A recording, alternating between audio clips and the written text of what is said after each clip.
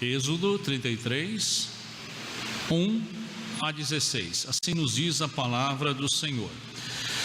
Disse o Senhor a Moisés: vai e sobe daqui, tu e o povo que tiraste da terra do Egito, para a terra que a respeito da qual jurei a Abraão e a Isaque e a Jacó, dizendo: a tua descendência darei.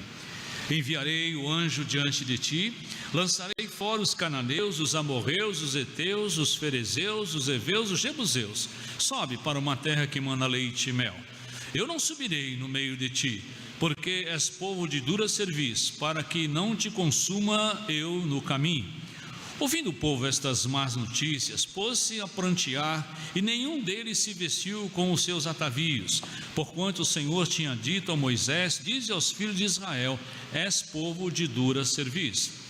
E se por um momento eu subir no meio de ti, te consumirei. Tira, pois, os atavios, para que eu saiba o que hei de te fazer. Então os filhos de Israel tiraram de si os seus atavios, desde o monte Horebe em diante. Ora, Moisés costumava tomar a tenda e armá-la para si fora e bem longe do arraial, e lhe chamava a tenda da congregação. Todo aquele que buscava o Senhor saía à tenda da congregação, que estava fora do arraial. Quando Moisés saía para a tenda fora, todo o povo se erguia, cada um em pé, à porta da sua tenda, e olhavam pelas costas, até ele entrar na tenda. Uma vez dentro Moisés na tenda, descia uma coluna de fogo e punha-se à porta da tenda, e o Senhor falava com Moisés. Todo o povo via a coluna de nuvem e se detinha à porta da tenda. Todo o povo se levantava e cada um à porta da sua tenda adorava ao Senhor. Falava o Senhor a Moisés face a face, como qualquer fala ao seu amigo. Então voltava Moisés para o arraial, porém o moço Josué, seu servidor, filho de Num, não se apartava da tenda. Disse Moisés ao Senhor: tu me dizes, fazes subir este povo, porém não me deste saber quem has de enviar comigo. Quando disseste: conheço-te pelo teu nome, também achaste graça aos meus olhos. Agora, pois, se achei graça aos teus olhos, rogo-te que me façais saber neste momento o teu caminho para que eu te conheça e ache graça aos teus olhos, e considera que esta nação é teu povo. Respondeu-lhe: a minha presença irá contigo, eu te darei descanso. Então disse Moisés: se a tua presença não vai comigo, não nos faça subir deste lugar, pois como se há de saber que achamos graça aos teus olhos? Não é porventura em andares conosco, de maneira que eu e teu povo, somos separados de todos os povos da terra? O texto de Êxodo 33, de 1 a 16. Queiram assentar, meus irmãos.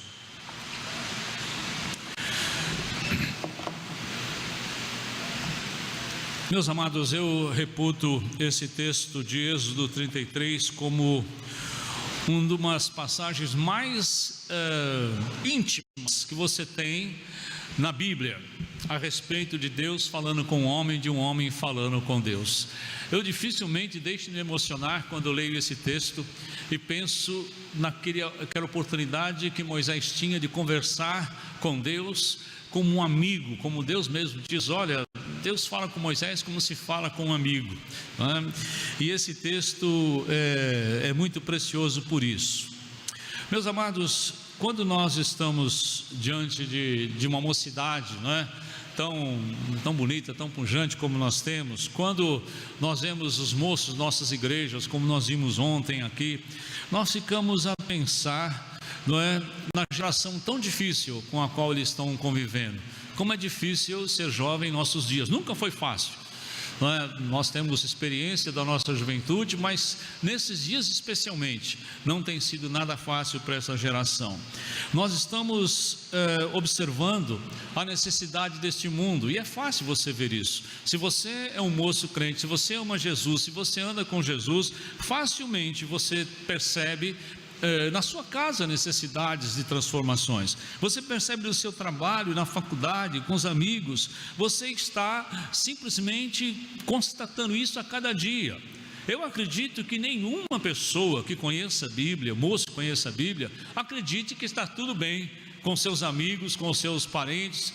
Deixe as pessoas ver do jeito que elas quiserem, porque elas estão agindo como o mundo age, então não há problema, cada um vai ser responsável por si. Eu acho que não é bem assim. Eu acho que todos nós, como pessoas, como vocês, então essa mensagem não é direcionada especialmente aos jovens, mas todos nós que conhecemos ao Senhor, você percebe que nós não dá para fecharmos os olhos diante de tantas calamidades, tantos problemas sociais, morais que o nosso mundo passa, e nós não precisamos sair de casa nem da nossa rua para constatarmos todas essas questões. Agora, Moisés também, jovem Moisés, ele não suportou a situação que estava acometendo o seu povo. Ele estava morando no palácio real ainda, sendo considerado filho da filha de Faraó, moço, jovem ainda, e mal tinha terminado a Universidade Federal do Cairo, e de repente ele começa a ver o seu povo sofrer, ele começa a ver a sua origem passar por problemas, os seus familiares, pessoas que estão sofrendo física, espiritual, moralmente. E o texto de Êxodo nos conta exatamente como Moisés percebeu o lamento, como Moisés percebeu o sofrimento daquele povo, e disse assim: o problema é deles, não é? Muito pelo contrário, ele se importuna de tal forma, assim como todo homem, todo moço e moça cristão, que são crentes realmente, eles têm desejo de ver as coisas serem transformadas. Mas como conseguir essa influência nos homens, nos moços, nas mulheres dos nossos dias, nas moças dos nossos dias? Como conseguir essas transformações? Como que nós fazemos isso?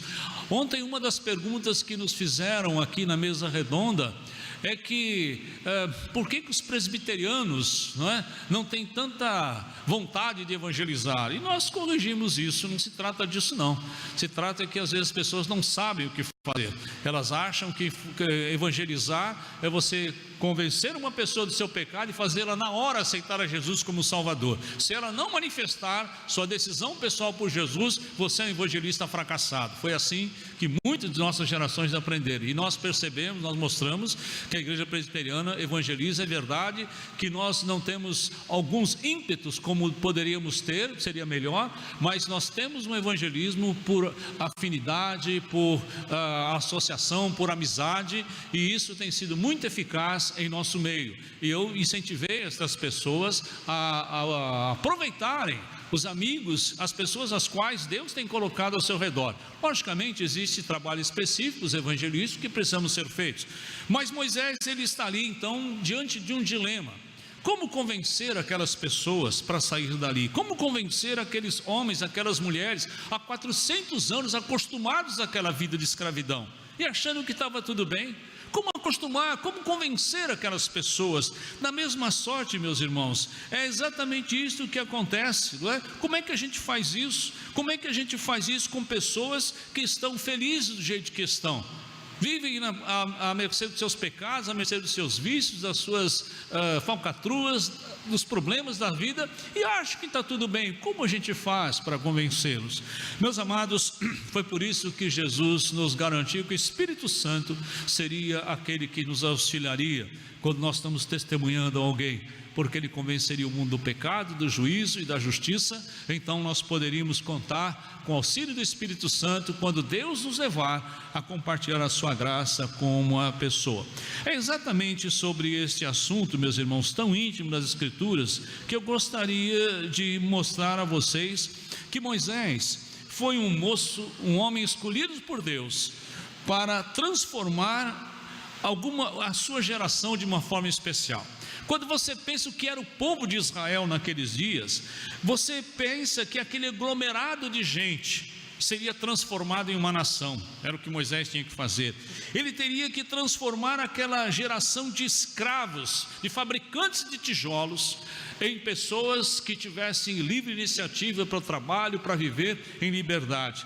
Ele teria que pegar um bando de pessoas que não tinham a menor esperança, que estavam alegres por serem escravos, por adorarem os sabores do alho e da cebola lá no Egito, e tinham saudades daquilo.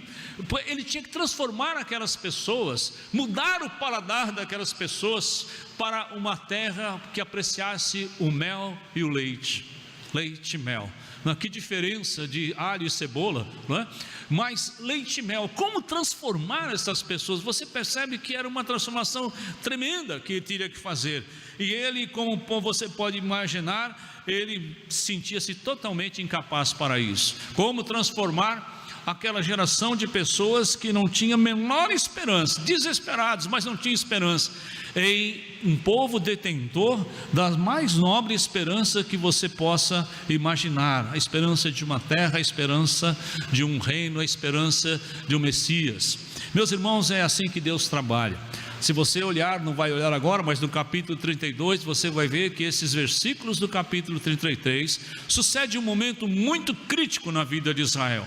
Você lembra que Israel estava ali ao pé do Monte Sinai, e Moisés sobe por 40 dias para falar com Deus. Deus o disse que ele o queria assim, e quando ele volta, o povo já está simplesmente afastado do Senhor. E ainda por ironia do destino, não é?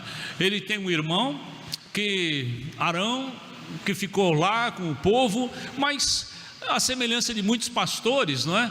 Querem fazer a vontade do povo. O povo pressionou Arão: não, vamos fazer assim, Arão, esse Moisés, a gente não sabe o que aconteceu com ele, faça um Deus que nos leve de volta para o Egito, que nós vamos adorá-lo. E Arão, na desculpa que ele dá para Moisés, quando Moisés diz: Arão, o que você fez? Ele fala assim: mas aqui, olha, eles me deram as joias e eu joguei no fogo e saiu a desculpa mais farrapada que eu já vi na Bíblia, né? Eu joguei no fogo e saiu esse bezerro, né? Eu imagino, meus irmãos, às vezes existem pastores como Moisés e pastores como Arão, né? Não, o povo pediu, a gente faz, é do jeito do povo, então a gente faz também, não importa, o negócio é agradar o povo. Mas não é assim, meus irmãos. Moisés, ele tinha uma postura, e aqueles que servem ao Senhor têm que ter essa postura também. Moisés, então, ele ficou tão irado que ele quebrou aquelas tábuas, e é gozado que Deus fala assim para ele, quando vai dar novas tábuas: agora você escreve. A primeira eu escrevi, você quebrou? Ficou nervosinho? Agora você escreve. Aí ele teve que escrever aquelas tábuas, né? A segunda foi escrita por Moisés mesmo. E agora então ele começa a interceder pelo povo. É muito interessante o capítulo 32. Não há tempo para a gente tratar disso, por isso eu quero fixar nossa mente, expor esses pensamentos aqui no capítulo 33. Meus irmãos, para que você seja um agente de transformação, não importa se você é jovem, se você já tem meia idade, já está passando, não importa. A primeira coisa que você aprende nesse texto, que é preciso ser liberto, é preciso ser transformado, é preciso ter experimentado a liberdade, a transformação, para que você tente transformar aquelas pessoas que são escravizadas. Meus irmãos, 400 longos anos tinham se passado. Sabe quem pessoa que sabia o que era liberdade? Moisés. Os outros que vieram da terra já tinham morrido, todos, já tinham morrido, acabaram todos. 400 longos anos, não é? Estão ali, e agora só Moisés tinha experimentado, por aquela orientação de Deus, ser filho da filha de Faraó, crescido sob a égide de Faraó, e ali dentro gozando de liberdade possível e imaginável. A única pessoa que sabia o que era ser livre naquela nação era Moisés. Ninguém mais sabia. O povo estava escravizado, sofrendo, estavam satisfeitos. Eu vejo hoje pessoas escravizadas pelo sexo, escravizadas pelas drogas, escravizadas por tantas loucuras, e não, está tudo bem comigo, eu estou indo bem, porque o mundo é normal. Mas só uma pessoa que já foi livre, só uma pessoa que foi liberta, transformada, pode ter interesse e mostrar que a vida não é só isso, que a vida com Deus é muito diferente, que Jesus Cristo realmente faz toda a diferença. Moisés era um homem livre, ele se livrou do palácio, ele se livrou do povo do Egito, e ele se livrou de tantas coisas que o prendiam.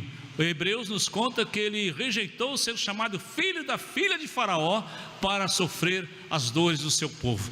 Então ele foi liberto. Ele precisava entender que os valores deste mundo não tinham nada a ver com os valores de Deus.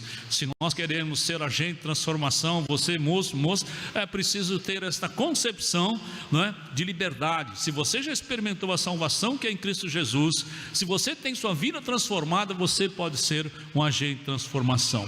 Moisés também, ele foi livre pelas promessas desse Deus fiel. No versículo 1, na parte B do versículo 1 diz assim,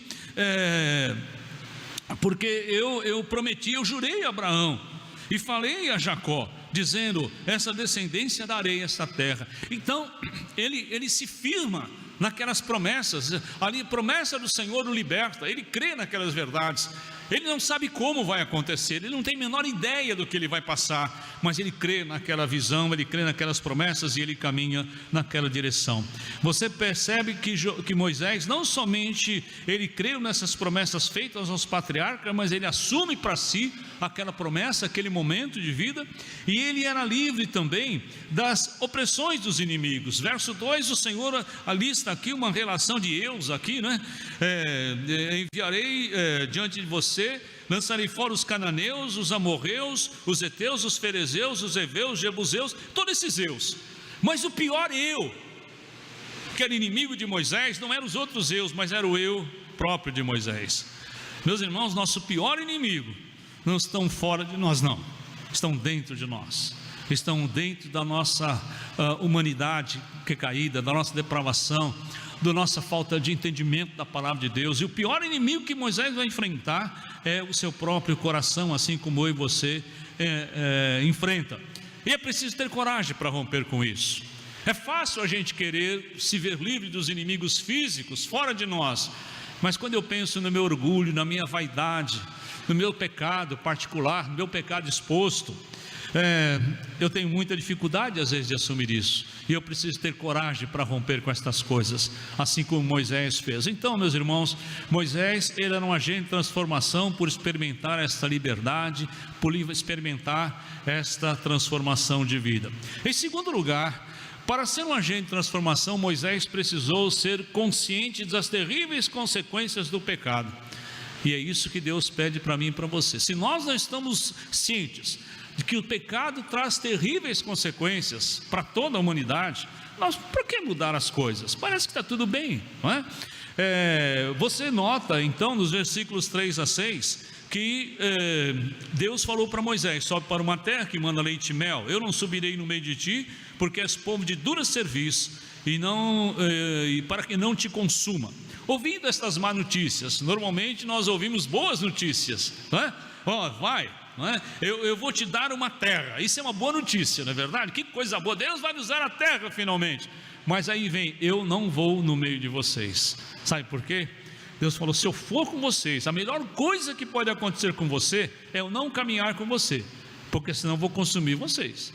Fica contente que eu não vou. E aí Moisés fica pasmo, Moisés fica completamente assustado de ter aquilo ali, porque Deus, a primeira consequência do pecado, não é? É o afastamento de Deus. Deus não deixa de nos amar, Deus não deixa de nos amar, de nos cuidar de nós, nossos pecados, mas sem dúvida, nossa comunhão com Deus é interrompida. São os vossos pecados que fazem separação entre vós e o vosso Deus. Então, com Deus não se brinca. O apóstolo Paulo diz que Deus é um fogo consumidor. O próprio autor de Hebreus diz que Deus é um fogo consumidor. O apóstolo Paulo, escrevendo aos Gálatas, fala assim: não pense que você pode zombar de Deus. Com Deus não se zomba, não podemos brincar com Deus. E esse povo estava aprendendo aquilo. A ideia, né, errada sobre Deus naqueles dias já era comum, assim como nós também pensamos que é comum. Hoje, na aula de Hebreus, o professor mencionava o fato de que na época que Jesus surge no mundo, o seu ministério, essa questão de arrependimento nem passava pela cabeça das pessoas. Por isso que Jesus vem, João Batista vem: arrependei-vos, porque o pecado normalmente era considerado um mal coletivo, todo mundo faz, tal. Mas Jesus começa a particularizar o pecado, personalizar a necessidade do perdão, do arrependimento. Então a mensagem é: arrependei-vos, arrependei-vos, porque naqueles dias ninguém sabia o que era arrependimento, talvez exatamente como nossos dias, que as pessoas entendem que Deus é tão bom, é tão bonachão, que Ele vai perdoar todo mundo, está todo mundo perdoado, não importa o jeito que eu vivo. Mas os pecados, nossos pecados têm a consequência. A segunda consequência que o pecado causa no ser humano é que ele torna dura a cerviz, ou isto é, na NVI diz assim, um coração obstinado. Dura serviço, quer dizer, vai endurecendo o coração, cerviz, o pescoço, é como um pescoço endurecido, um torcicolo forte que você não mexe mais, você não consegue mais entender o que é pecado, você não tem mais aquele feeling, não tem mais aquele sentimento, aquele discernimento sobre o que está certo e está errado, embora o seu coração acuse você, sua consciência o acuse, mas a gente já não perde aquela vontade de abandonar aquilo. A terceira consequência de viver no pecado é acostumar com aquele clima de festa em tempo de plantos. Versículo 4 a 6 diz que o povo começou então a tirar os atavios, tirar todas aquelas coisas. Olha, eles espoliaram os egípcios mesmo, porque o que eles deram de ouro para a confecção daquele bezerro, e ainda havia ouro, havia muitas joias, e diz aqui o povo que para eles estava tudo bem. Aí Moisés chega para eles, Deus fala para eles no versículo 4 a 6, ele diz assim: ouvindo estas más notícias, pôs-se a prantear, e nenhum deles vestiu seus atavios. Moisés tinha dito: olha, vocês são um povo de dura serviço, no momento que eu subir no meio de ti, eu vou consumir vocês. Tira de ti esses atavios, para que eu saiba o que hei de fazer. Então Israel tiraram seus atavios desde o monte Horebe em diante. Não está se falando desse texto que os atavios que eles estavam usando era o pecado. Não estava dizendo que era pecaminoso as pessoas usarem seus atavios, mas o problema é o clima pelo qual eles vestiam, usavam estas coisas, não é? Tornava um clima de festa quando deveria ter um clima de pranto, quando ele devia estar chorando pelos pecados cometidos. Parece que tudo estava normal, e uma das consequências do pecado é essa, que a pessoa começa a achar que está tudo normal. Não, a vida continua, está vendo? Eu fiz isso, mas eu não morri, não caiu um raio sobre mim, eu não fui roubado, não bateram em mim, nada aconteceu. Então não aconteceu nada, então eu estou numa boa. Muito pelo contrário.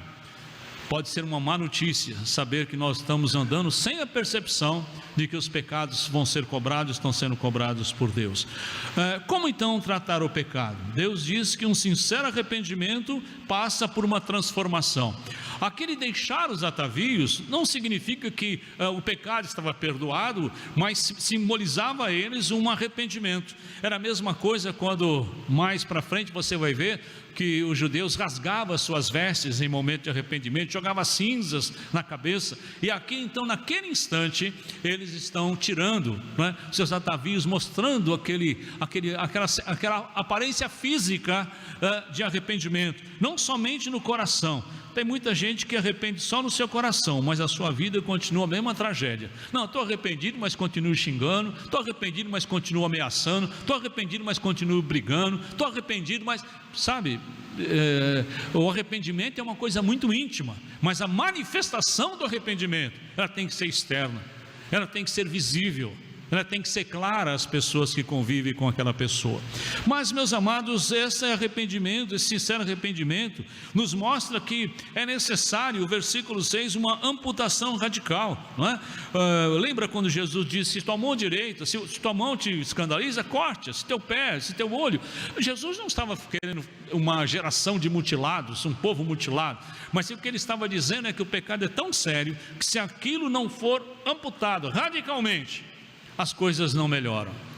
E às vezes eu digo que uma amputação radical talvez depende de você apagar todas aquelas coisas que vêm ao teu celular, mesmo que você não queira, acabar com aqueles vídeos que aparecem no teu computador sem você pedir.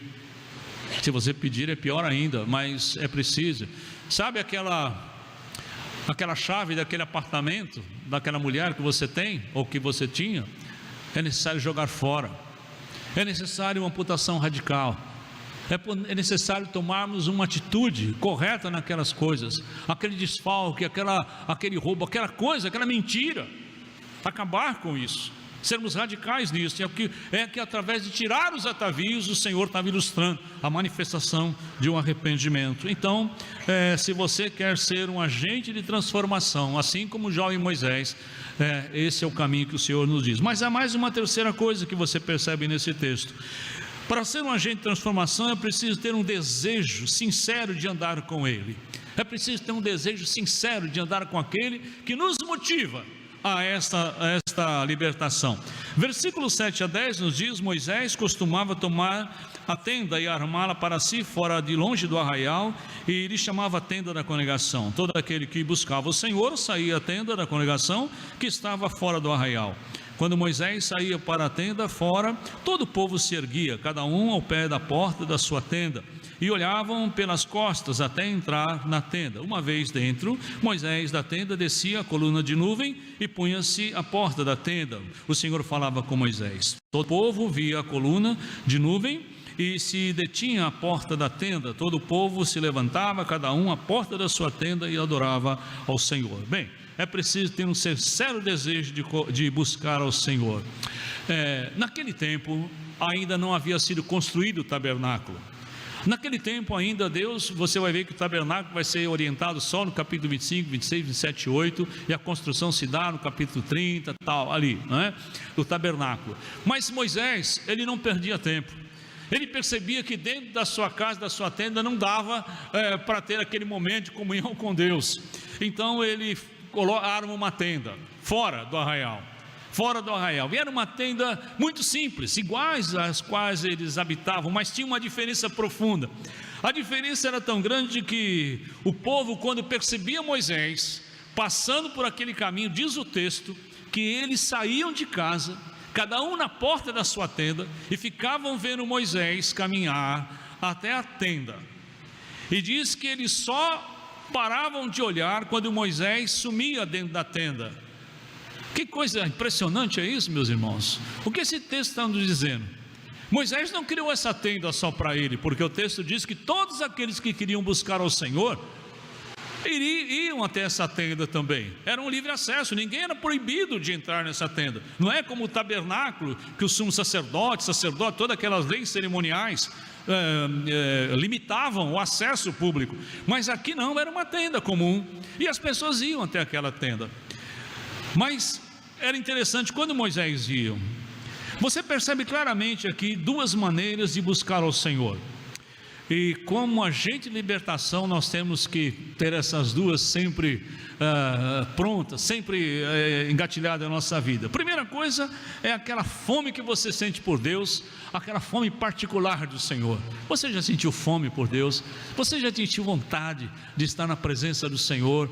Que seja um ponto assim, até de desejar, até morrer, se for o caso, não é? A gente às vezes não chega, não, morrer não, nunca tive. Eu gostaria que o Senhor viesse até aqui falar comigo, mas eu falar com Ele, lá em cima, dá para esperar um pouco mais. Mas, meus irmãos, é possível você ter um desejo tão profundo assim como Moisés tinha.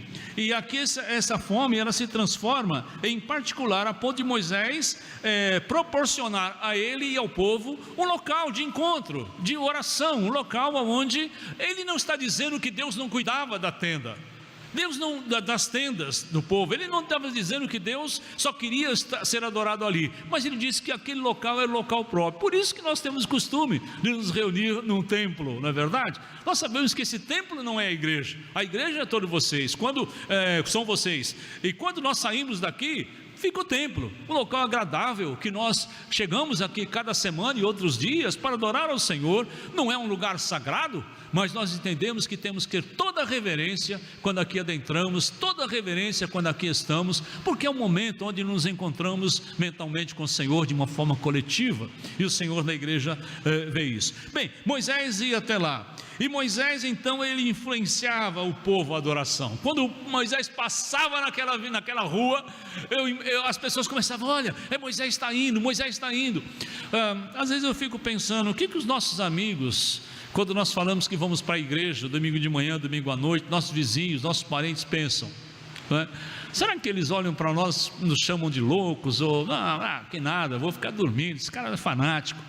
Ou eles, por alguma razão, eles percebem que existe alguma coisa diferente na minha vida e na sua, que talvez eles ainda não tenham coragem de proclamar, de confessar, mas eles estão chegando a este ponto. Moisés influenciava esse povo de uma maneira toda especial, e essa adoração que ele tinha em particular era muito especial, você e eu precisamos desenvolver isso. Mas também tem aquela oração, aquela adoração em conjunto, não é? Que Moisés entrava para falar com Deus, e ele e o povo se levantava e adorava ao Senhor. Pessoal, quando Moisés entrava, ninguém entrava não, ficavam lá fora, porque uma nuvem, uma coluna de fogo, a Shekinah, a glória de Deus, se colocava na porta, e as pessoas não tinham coragem de chegar até ali, e ficavam embevecidos, ficavam maravilhados com aquela visão. Olha, Moisés está falando com Deus, Moisés está lá com Deus. Você pode imaginar, não é? Aquelas pessoas sendo influenciadas, vendo aquele homem tão simples, ao qual Deus vai dizer: olha, Moisés, fala comigo como um amigo. Se você continuar a leitura do capítulo 33, você vai ficar maravilhado. Eu não vou tentar fazer isso, mas você pode perceber aqui nesse texto, que esse local de adoração era público. Algumas vezes as pessoas podiam ir, mas às vezes eles não iam, mas era um local onde publicamente as pessoas podiam se chegar. Você deve ter seu canto de adoração em sua casa, em seu lar. Às vezes é tão difícil hoje em dia arrumarmos um cantinho só nosso, não é verdade? Onde você pode chorar, onde você pode gritar, onde você pode falar. Uma das coisas que mais me impressionou na Coreia, quando eu estive lá, visitei várias igrejas e vários seminários. Eles têm, em alguns locais, a maioria das igrejas tem celas de oração. Sabe o que é cela de oração? É um cubículo, não é? Assim de 1,5 m por 1,5 m, na parede, que você fecha, não é? Tem um ar lá dentro, você fica, você pode passar a hora que você quiser, você pode chorar, se descabelar, você pode ver o que você quiser lá dentro, ninguém vai saber que você está lá. Eu fui no seminário, onde o reitor me mostrou, falou assim: o nosso presidente, é muito comum ele vir um dia, passar quase o dia inteiro aí, leva algumas frutas, nem sai para comer. Meus irmãos, buscar a Deus, hoje em dia, se alguém... Bem, vamos imaginar, eu estou lá em casa e eu começo a falar com Deus e começo a ter um acesso de choro. O que meus filhos vão pensar? Papai, você está bem? Está passando mal? Eu não posso nem chorar, eu não posso nem gritar, eu não posso nem clamar a Deus hoje. E talvez você enfrente o mesmo problema. Mas como é bom a gente encontrar o nosso cantinho, nossa cela de oração, onde você pode clamar. Mas é bom estarmos aqui também. Hoje o que eu fiz aqui nesse momento foi abrir meu coração, foi abrir e dizer que eu sou igual, pior que qualquer um de vocês, que tem meus problemas e preciso da oração de vocês. E é bom a igreja saber disso, é bom que a igreja saiba que o pastor não é um super-homem, que o presbítero não é um super-homem, nós precisamos da ajuda de cada um de vocês. Agora, existe 3 tipos de relacionamentos aí na questão de adoração. Primeiro, você pode ver no versículo 10, pessoas que se acostumam a adorar de longe, não é? Tá bom, é suficiente ver Moisés chegar lá na frente. Como eu gosto de ver o pastor ir para a igreja, como eu gosto de ver meu pai ir na igreja, minha mãe, minha filha, não é? Essa adoração terceirizada. Como é bom ver essas coisas, mas eu fico aqui em casa mesmo, eu tenho o meu jeitinho, mas Deus sabe o que você precisa. Segundo lugar, você pode também começar a adorar a Deus de perto. O texto introduz a presença de Josué, que daqui para frente vai ser muitas vezes mencionadas. Ele era tão especial que ele foi o único que conseguiu subir lá no monte, não é? Monte Sinai, e esperar Moisés mais ou menos na metade do monte. Eles descem, e diz aqui o texto que Moisés voltava, e sabe quem ficava lá? Josué. Diz o texto que ele ficava lá, ele ficava naquele tempo, naquele local, ansiando por Deus, vendo o que Deus estava fazendo, vendo como Deus falava com Moisés, embora ele não tivesse a mesma intimidade com o Senhor ainda, mas ele ficava ali, ele adorava o Senhor de perto, não é? E aí você pode perceber que Deus fez uma escolha certa como sucessor de Moisés. Em terceiro lugar, você pode ser aquela pessoa que adentra ao santuário para orar, não é? Que fala com Deus como inimigo, como um amigo íntimo, fala face a face com o Senhor. Na mesma aula hoje aos Hebreus, nós percebemos que as pessoas que adentravam ao Santo dos Santos era apenas o sumo sacerdote, uma vez por ano e não sem sangue, ficava ali alguns momentos tal, e voltava e acabou. Só em outras festas, em outros momentos isso iria acontecer de novo. E no Santo dos Santos, só num dia especial, o dia do perdão, o dia de Yom Kippur, você tem acesso, porque Jesus já entrou lá no santuário, através do véu da sua carne.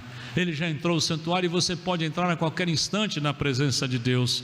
Não importa se você está no carro, se você está no ônibus, se você está no escritório, se você está em casa, isso nos limita. Nós podemos adorar a Deus dentro desse santuário ao qual nós entendemos. Nós gostamos de cantar cânticos que são ficções evangélicas, né? Eu vou entrar no teu santuário e tocar nas tuas vestes. Meus irmãos, isso não vai acontecer nunca, porque não é assim. Mas você pode espiritualmente experimentar esta graça que vem do Santo dos Santos, que Jesus, onde deu a sua vida por mim e por você, a sua graça, a qual Deus nos concede, a fim que possamos gozar desta íntima comunhão com Ele. Se você adora ao Senhor numa dessas condições, é melhor você evoluir. Agora, se você não adora a Deus nem de longe, acha que é um favor quando você vem à igreja está fazendo para Deus, você corre um sério risco de ser uma daquelas pessoas que nunca vai entender o valor da adoração, o valor da comunhão, o valor do perdão, nunca vai entender nada destas coisas. E em último lugar, meus amados, último lugar, você vai perceber que para ser um agente de transformação, é preciso ter um forte desejo de andar com o Senhor a cada dia, a cada momento. Para vivermos nesse mundo e transformarmos as pessoas ao nosso lado, precisamos ter esse santo desejo. Deus fala para Moisés assim, Moisés ficou muito triste, muito chateado, falou assim, olha, o Senhor fala que esse povo é meu, que eu tenho a tua graça, que o Senhor gosta de mim, mas o Senhor disse que não vai comigo, não sei quem vai enviar. Deus falou assim, não, vou mandar meu anjo. Ele falou assim, não, nada disso, né? Se o Senhor não for comigo, nem me faça sair desse local. Se o Senhor não for comigo, não me interessa a terra que mana leite e mel, não me interessa uma terra abençoada, não me interessa o gado, não me interessa a liberdade, não me interessa nada. Se o Senhor não for comigo, eu nem quero sair daqui. Porque como há de saber se faz diferença eu e teu povo? Não é por o Senhor andar conosco? Qualquer um pode construir uma tenda dessa. Mais para frente, qualquer povo podia construir um tabernáculo, qualquer povo poderia construir um templo, mas só a presença do Senhor na minha vida, na sua vida, na vida daquele povo, é que fazia toda a diferença. Porque quando eu ando na presença do Senhor, eu tenho a certeza que sou conhecido pelo meu nome. Eu te conheço o nome, Moisés. Intimidade, né? Deus sabia o nome de Moisés. Quando eu ando na presença do Senhor, somente o seu caminho me satisfaz, somente a sua graça me sustenta, somente a sua misericórdia, que se renova a cada manhã, anima o meu coração. Como eu quero transformar o mundo, como eu tenho desejo de ser influência para esse mundo, se além de nem gostar de andar com o Senhor, as pessoas com as quais eu convivo, eu vivo brigando, vivo magoando, vivo entristecendo. Para que eu quero transformar pessoas aí fora? A minha semelhança, a semelhança assim de pessoas brutas, de pessoas ríspidas. Eu tenho dito, meus irmãos, que o maior problema da igreja atualmente não é nem espiritual, é falta de educação. Muitos problemas que chegam a mim para resolver como pastor, não tem nada de espiritual. Se a pessoa fosse apenas bem educada, resolveria o problema, mas não é assim. A gente sabe que tem a nossa carne, tem tantas outras coisas por trás dessas questões. Mas, meus amados, se eu não suporto, não é? Quando eu quero andar com o Senhor, eu tenho vontade de andar com o Senhor, mas minha vontade é só na vertical, porque na horizontal eu brigo com todo mundo, fico mal com todo mundo, não quero saber de ninguém, não me importa o que eu faça pela outra pessoa, alguma coisa está errada. Meus amados, que o Senhor nos ajude a percebermos que não vale a pena continuarmos sozinhos. É só Ele na nossa vida que faz toda a diferença. É só o Espírito Santo nos enchendo a cada dia é que faz toda a diferença, a fim que mesmo aquelas coisas tão simples que nós compartilhamos com aquele amigo na escola, com aquela pessoa que está trabalhando em nossa casa, com o mecânico, com a pessoa do posto, lá do supermercado, estas coisas que nós vamos tratando, não é? Venha a nos ajudar, venha a nos falar, venha falar ao coração daquelas pessoas. E é interessante quando nós vamos descobrir que pessoas foram transformadas por nossa intermediação, que Deus usou, a gente nem sabia que estava sendo usado. Por isso que essa questão de ter num catálogo, olha, tal dia tantas pessoas se converteram na minha mensagem. Bem, eu acho, se você perguntar quantas pessoas se converteram nos dias de Jesus, nem ele mesmo saberia. Foi uma das questões levantadas aqui. Sabe por quê? Porque a questão não era quem se converteu, mas quem ouviu a mensagem e que ela vai germinar, que ela vai prosperar, ela vai frutificar para a honra e glória do Senhor. Meus amados, não desejo mais do que isso para cada um de vocês. Nós temos um mundo a ser liberto, um mundo que está acostumado à escravidão do pecado. Nós temos um mundo que tem tantos problemas, e nós estamos conscientes das nossas impossibilidades, ao mesmo tempo da nossa responsabilidade, mas de forma muito humilde nós podemos dizer: Senhor, torna-me um agente de transformação, usa a minha vida, os meus lábios. Se eu ainda não sou transformado, faça isso na minha vida, por Jesus Cristo, a fim de que eu seja esse agente de transformação. Vamos orar. Mais uma vez, Senhor, nós te agradecemos por este momento, onde juntos consideramos teus caminhos, porque o Senhor nos fala, porque o Senhor não é igual a nós. O Senhor mostra-nos bondosamente a tua vontade e permita-nos, assim como Moisés, o jovem Moisés, sermos agente de transformação.